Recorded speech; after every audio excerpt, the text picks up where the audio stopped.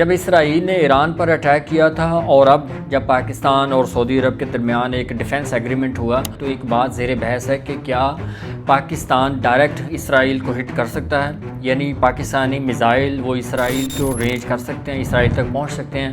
یہ ایک سوال ہے۔ اس کے دو سینیریو ہیں۔ پہلے سینیریو میں پاکستان اور اسرائیل کے درمیانی فاصلہ دیکھا جائے تو 3000 سے 3500 کلومیٹر بنتا ہے، اور پاکستان کا جو سب سے زیادہ رینج والا میزائل ہے شاہین 3، اس کی جو رینج ہے وہ 2750 کلومیٹر ہے۔ یہ بڑا جدید میزائل ہے جو نیوکلیر ویپن بھی لے کے جا سکتا ہے، لیکن اگر پاکستان کے کسی سرٹن پوائنٹ سے اس کو ڈائریکٹ اسرائیل کے لیے لانچ کیا جائے تو وہ یہ وہاں تک پہنچ نہیں پائے گا۔ لیکن اسی سینیریو میں ایک چیز اگر ایڈ کی جائے وہ یہ ہے کہ پاکستان اور ایران کا جو بارڈر ہے وہ 900 کلومیٹر لمبا ہے۔ اگر پاکستان اور ایران کے بارڈر سے اگر اسرائیل کو ہٹ کیا جائے تو وہاں سے فاصلہ تقریباً 2000 سے 2200 کلومیٹر بنتا ہے، یعنی پاکستان اور ایران کے بارڈر کی جو لینتھ ہے وہ 900 کلومیٹر ہے۔ وہاں سے اسرائیل کا فاصلہ چینج ہوتا رہتا ہے ہر پوائنٹ سے، لیکن ایک ایوریج دیکھا جائے تو 2000 سے 2200 کلومیٹر فاصلہ ہے۔ اگر پاکستان اپنے بارڈر سے جو ایران کے ساتھ لگتا ہے وہاں سے اسرائیل کو ہٹ کرے گا تو پاکستان کا شاہین 3 میزائل جس کی رینج 2750 کلومیٹر ہے وہ اسرائیل کو ہٹ کر سکتا ہے۔ اسی طرح شاہین 2 جس کی رینج 2500 کلومیٹر ہے وہ بھی پاکستان اور ایران کے بارڈر سے ڈائریکٹ اسرائیل کو آسانی سے ہٹ کر سکتا ہے۔ اور تیسرے نمبر پہ ابابیل ہے،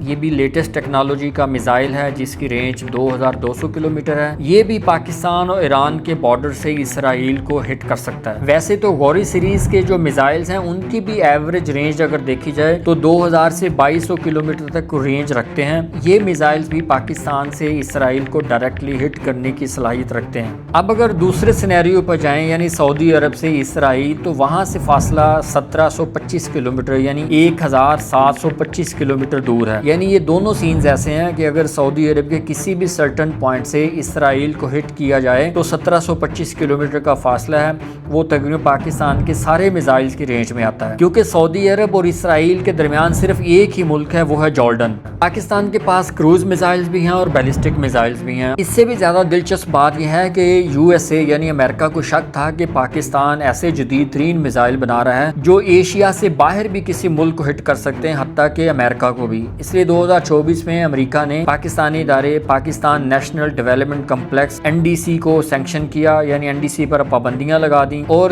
NDC کو سپلائی کرنے والی 3 اینٹیٹیز پر بھی پابندیاں لگائیں تاکہ پاکستان اس طرح کی مزید میزائل ٹیکنالوجیز حاصل نہ کرے۔ وہ کہ پاکستان نے اس طرح کی میزائل ٹیکنالوجی کا حصول رد کیا ہے، اس کو ڈینائی کیا ہے، لیکن اگر پاکستان اس طرح کی میزائل ٹیکنالوجی حاصل کر سکتا ہے تو پاکستان بھی ان ممالک میں شامل ہو جائے گا جن کے پاس ایسے میزائل ہوں گے جو بین البراعظمی اٹیک کرنے کے قابل ہوں گے۔ اب ہم نے دونوں سینز کو میپنگ اور ڈسٹینسنگ کے حوالے سے ایکسپلین کیا کہ یعنی اگر پاکستان ڈائریکٹ اپنے ملک سے اسرائیل کو ہٹ کرنا چاہتا ہے تو وہ کر سکتا ہے، اور اگر پاکستان سعودی عرب کی سرزمین استعمال کرتے ہوئے اسرائیل کو ہٹ کرے گا تو وہ اس سے بھی زیادہ آسان ہے۔ اس ساری بات کو سمجھانے کا مقصد یہ ہے کہ اگر پاکستان پر کسی بھی قسم کی جارحیت کی جاتی ہے تو پاکستان اس کو ریٹیلیٹ کر سکتا ہے یا نہیں کر سکتا۔ تو میرے خیال میں پاکستان کے پاس جواب دینے کی پوری صلاحیت ہے۔ پاکستان کے پاس میزائل ٹیکنالوجی جو ہم نے ڈسکس کی، اس کے علاوہ پاکستان کی ایئر فورس کے پاس بھی جدید ترین ویپنز ہیں اور جدید ترین طیارے ہیں۔ ان کو ہم علیحدہ ایک ویڈیو میں ڈسکس کریں گے کہ پاکستان کی جو ایئر ڈیفنس کیپیبلٹی ہے وہ کیسی ہے۔ اس ویڈیو تک آنے کے لیے ہمیں اجازت دیجیے۔ اللہ حافظ۔